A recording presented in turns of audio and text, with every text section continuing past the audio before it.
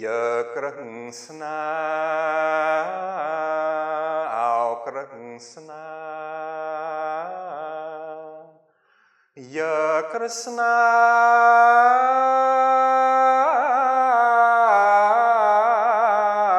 hàm miếng mồm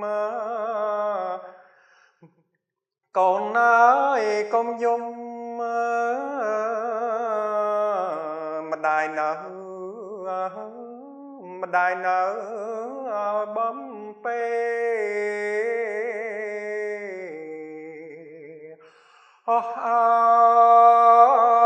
sát ray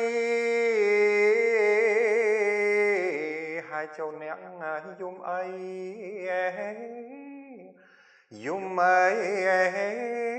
kabaya sram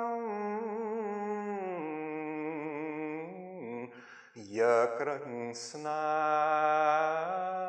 ao Krishna Ya Krishna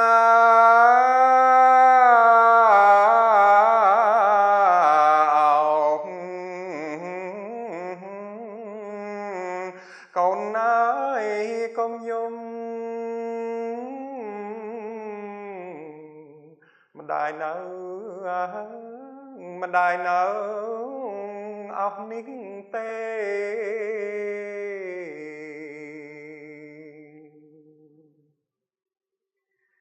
Here in Korea, it's summertime, and the sound of cicadas are all around us.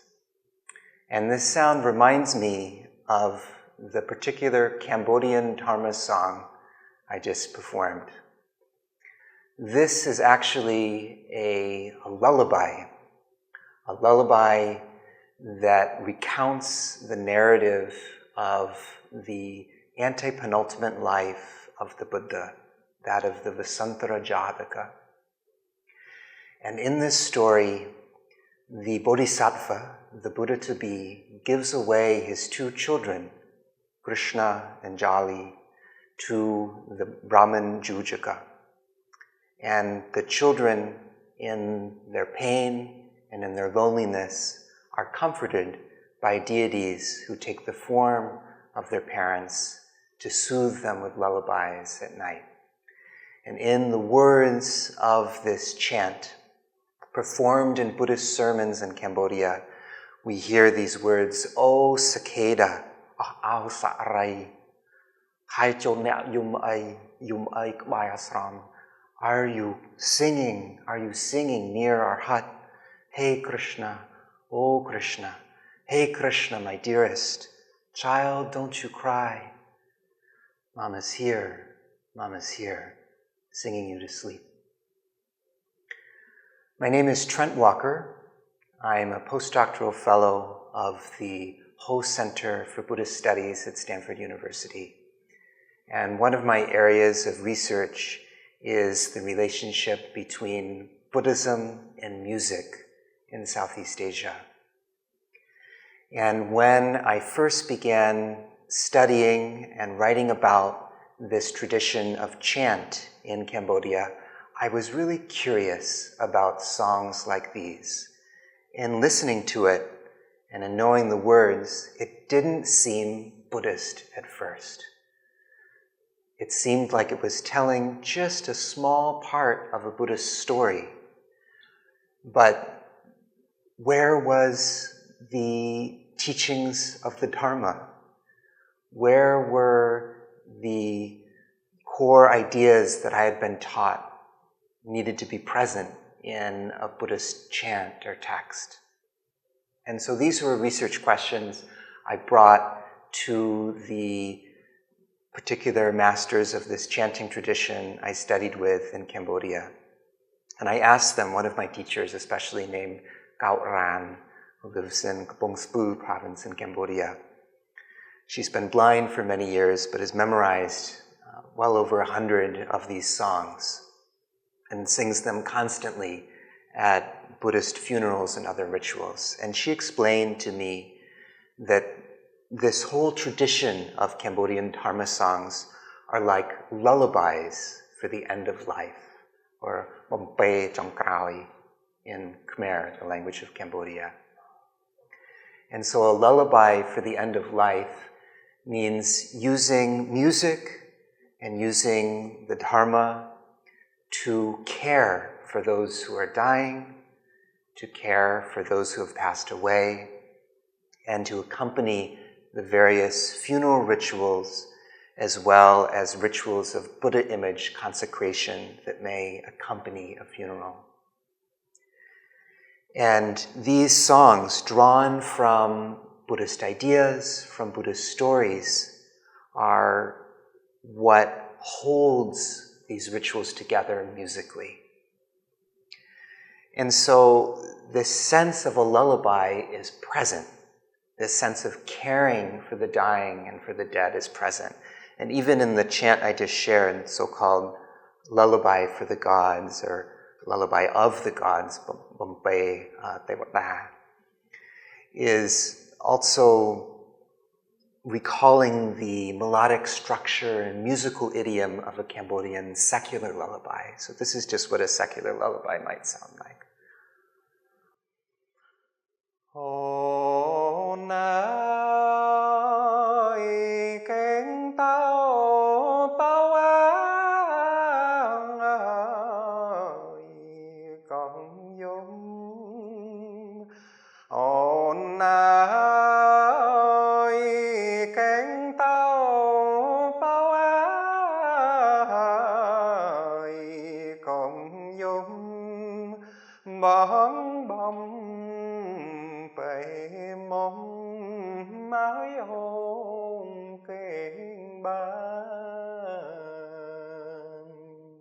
So it has some of the musical ideas and concepts of secular lullabies, but also encompasses some of the concepts from more conventional Buddhist chant in Cambodia.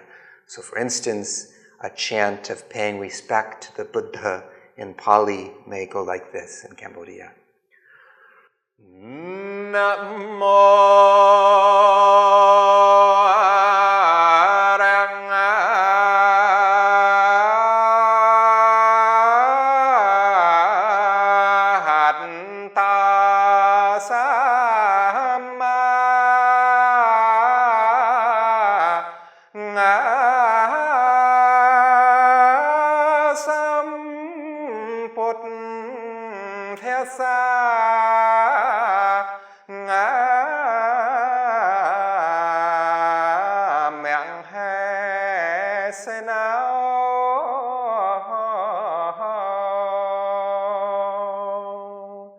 Which means homage to the Buddha, to the worthy one, the rightly self-awakened one, the great seer. And so by bringing these different musical influences together, the Cambodian Dharma song tradition aims to create certain kinds of aesthetic experiences. That is, to evoke emotions that are appropriate for Buddhist rituals. So I asked more of the teachers and masters of this form in Cambodia about what's the point of these chants? What kinds of experiences are they trying to evoke? What, in other words, makes them Buddhist songs?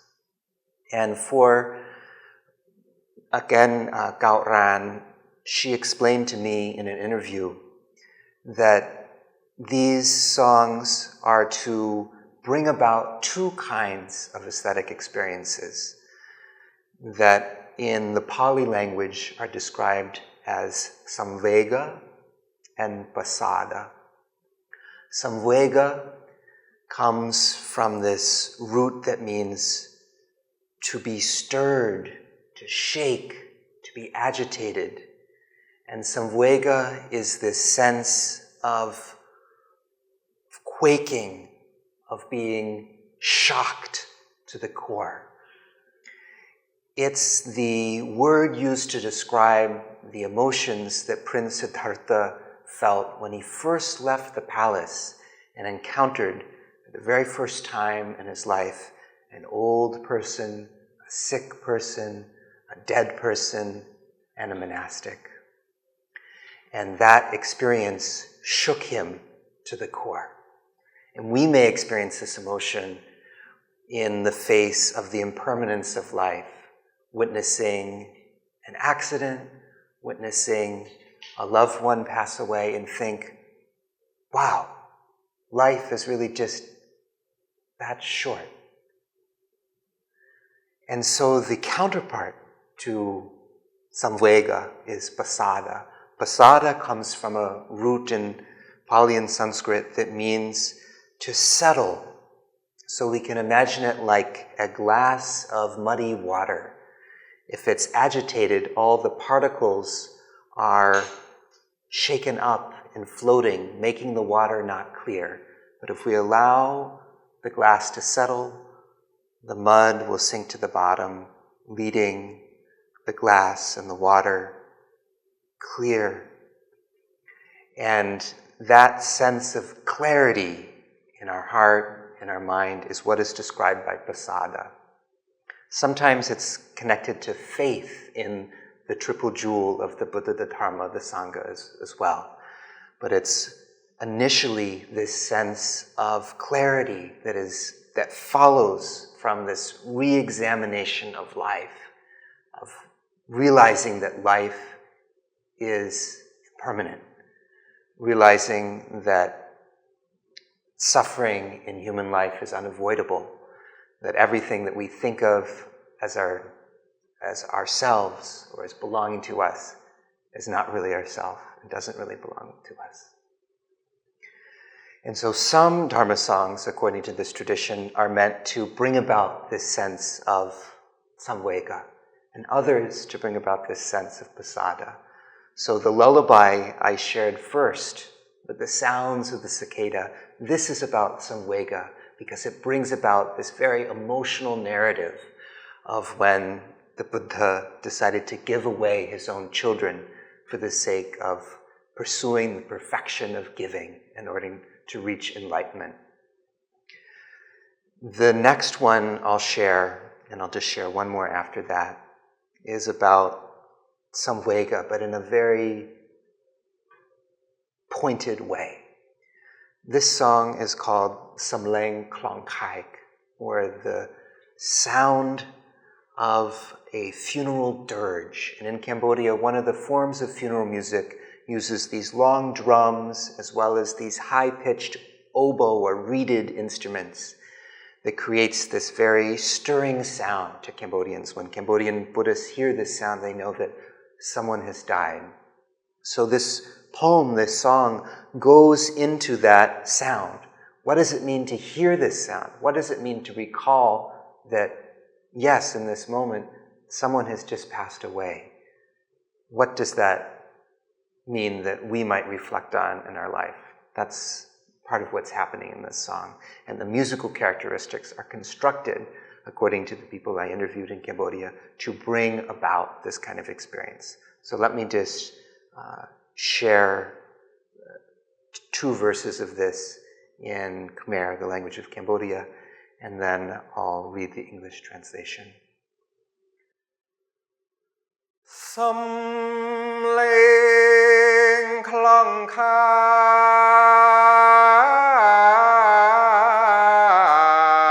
srai prap khne kaat chak chore phut pi slap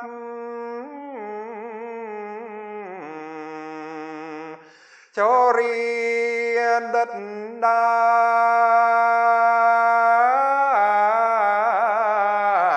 cầm tam chộp chấp ham khót mình đáp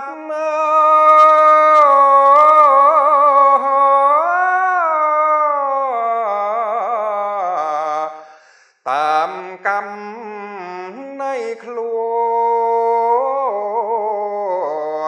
xâm lên khăng khắc srap srek prap tôn yol sách chắc bốn phút pi morna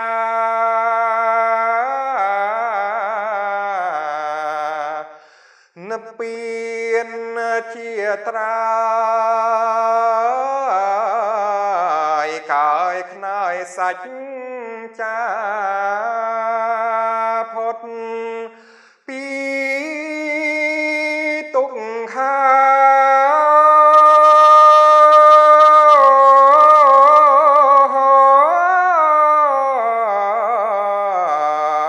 bản sốc sát na.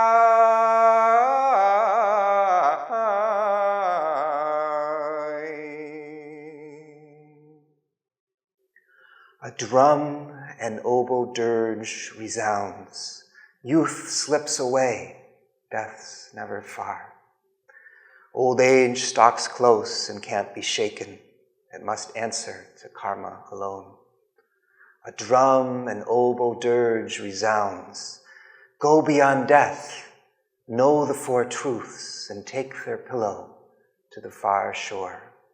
Rest free from pain, in peace and bliss. The last song of this tradition I'd like to share is one called Watom Platka, or Lotus Flower Offering. And this is most often performed in the act of consecrating, of making sacred a new image of the Buddha, which sometimes may take place during or after a funeral in Cambodia. And this text takes a melody and words that are not about invoking samvega, but pasada, this sense of clarity, light, faith, peace. And the words are describing what happens when we cup our palms in prayer, and compares this shape to that of a lotus flower ready to blossom. And so, like many of these texts in the Cambodian tradition, there's this merging of music, of poetry, and also Buddhist stories and doctrine. And that's what really comes together in this piece. What I'm sharing is just a brief excerpt, usually because this text is long, it's about 70 stanzas, and it's a very slow melody. It may take 2 hours to recite the whole thing. So I'll just do one stanza. And the translation of this goes, I cup my palms in humble prayer, my 10 fingers and their 10 nails, joined like the petals of a lotus, made from airy sheets of gold. With joy in my heart, I offer this lotus bud, ready to bloom, mud-born blossom, stalk, and stamen. Hands to my brow, I bend down low.